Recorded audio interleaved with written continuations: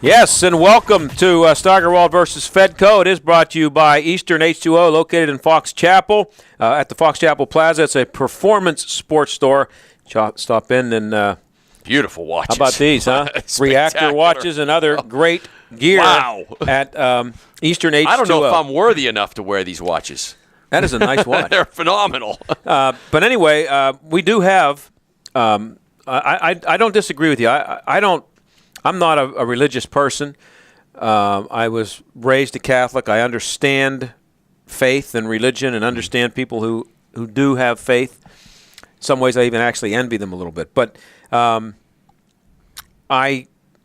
it's not a matter for me of thinking that Ray Lewis is wearing his faith on his sleeve in public is not genuine, but I would be more likely to trust him for being genuinely a faithful person, a religious person, if he did it in a more private way. To seek out that area of the field so that he made sure that there were as many cameras around him as possible and make a spectacle of his faith. I know, is that proselytizing? Is that what is he doing a good thing by doing that as a person who's trying to promote his faith, or is he drawing attention to himself? And is that, where's the humility that's supposed to come with your faith? You tell me. You know what? I'm not here. I don't want to judge him, so I'm going to defend him. Yeah. Because I think he just wanted to thank God as fast as he could. He didn't care if he was on the field or if there were people watching him. So I'm going to give him the benefit of the doubt that he has been so emotionally caught up in this ride. And now think about it from Ray Lewis's perspective, and I thoroughly believe that God is answering his prayers, because I think the guy is a guy of faith. Again, I'm not. Who's to me to judge? All I can do is what I'm seeing and hearing. But here's Ray Lewis before the playoffs begin. Right before they begin, says, "I'm retiring." Right. Okay. I'm going out.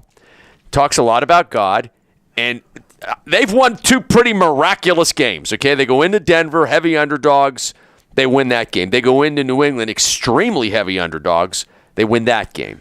Now he's going to the Super Bowl in Ray Lewis's own world, which of course is very much centered around himself, like all our worlds are centered around ourselves. You know, he's had a couple of really incredible miracles happen to him. So I think he's a man of faith. I believe that. And he just was going to hit his knees and thank God. He didn't care if there were 300 cameras around him. Now, I can understand the media saying, okay, he's, showing off. He's on a street corner, like it says in the Bible, don't be on a street corner, acting like you're a guy of faith, do it behind closed doors. But you know what I mean? I also can understand that he just wants to thank God right away. And that's the way I interpret it, and I think it's cool. So I really liked it. I really liked it. I knew the media, when I'm watching that shot of him kneeling and the media surrounding him there, we're going to go after him for that. I liked it. I think it's one of the reasons they're winning. Of course, the media and the cameras and everybody else are all perfectly free to not take his picture, too. Right. So and they decide to do it.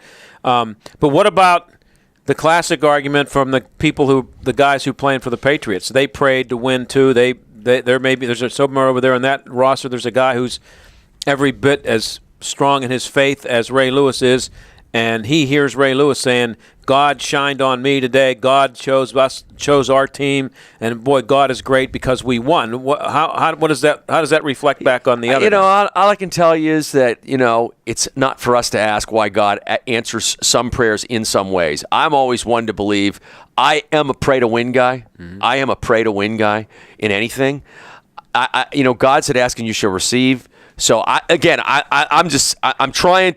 not proselytizing on our air. I'm just trying to explain to you what I think Ray Lewis is thinking, or what goes into that. Were there guys praying on New England to win? Absolutely. And guys of great faith and morality over New England praying to win? Absolutely. Well, did God not answer their prayer? I'm not sure, because I don't think God did not answer their prayer, because winning a game may not be what God wanted to happen in those particular people's lives.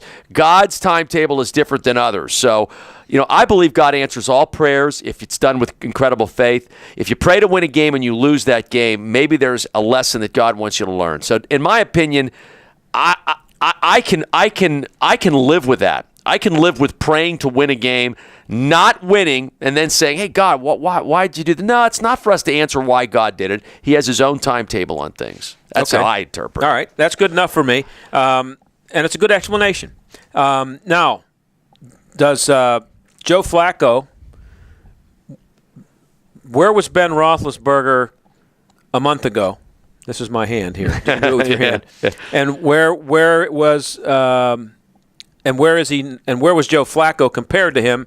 And where are they right now today? Well, Flacco's building his legacy, and it starts with that 70-yard bomb.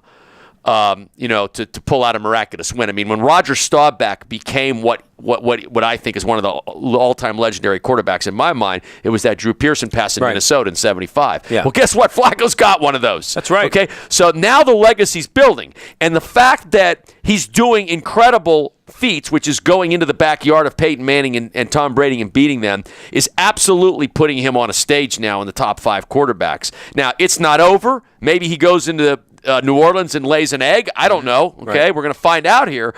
But his resume's building. As Tomlin likes to say, it's on tape. Okay? Right. So his resume's building. He's got a miraculous come-from-behind win on his resume. And miraculous is the only way to describe it. And now he's got 2 really incredible playoff wins. This guy goes in and wins a Super Bowl. Now all of a sudden, he's put himself into the Tom Brady, Ben Roethlisberger, Peyton Manning fold. He's a young man. He's got a good 8-9 years left in him. Who knows? I mean, we could be seeing the beginning of this now. Again, we're maybe in that stage where a Kurt Warner, okay, where Kurt Warner was carving the league up. He looked like one of the all-time greats. Now, is Kurt Warner one of the all-time greats? No, but he is one of the greats of his era. So we're looking at Flacco absolutely has entered now greats of his era territory. There's no question about that. None. He's entered greats of his era territory. Is he going to enter all-time great territory is what we're going to look at now. And look, Ben's not there yet. I don't think, when you're talking about all-time greats, we're talking about, Namath, Elway, Montana. Right now, these guys are Bradshaw. I agree. These guys are, in my opinion, Staubach, and that would be argued by some.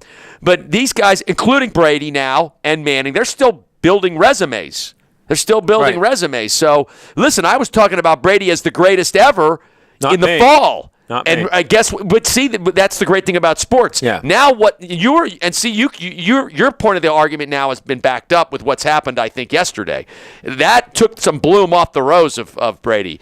In my opinion, a guy like me who was touting Brady as one of the all-time greats, I'm not going to do that anymore for yesterday. But guess what? His resume's not done yet either. Right. Maybe he comes back and wins 3 Super Bowls. I don't know.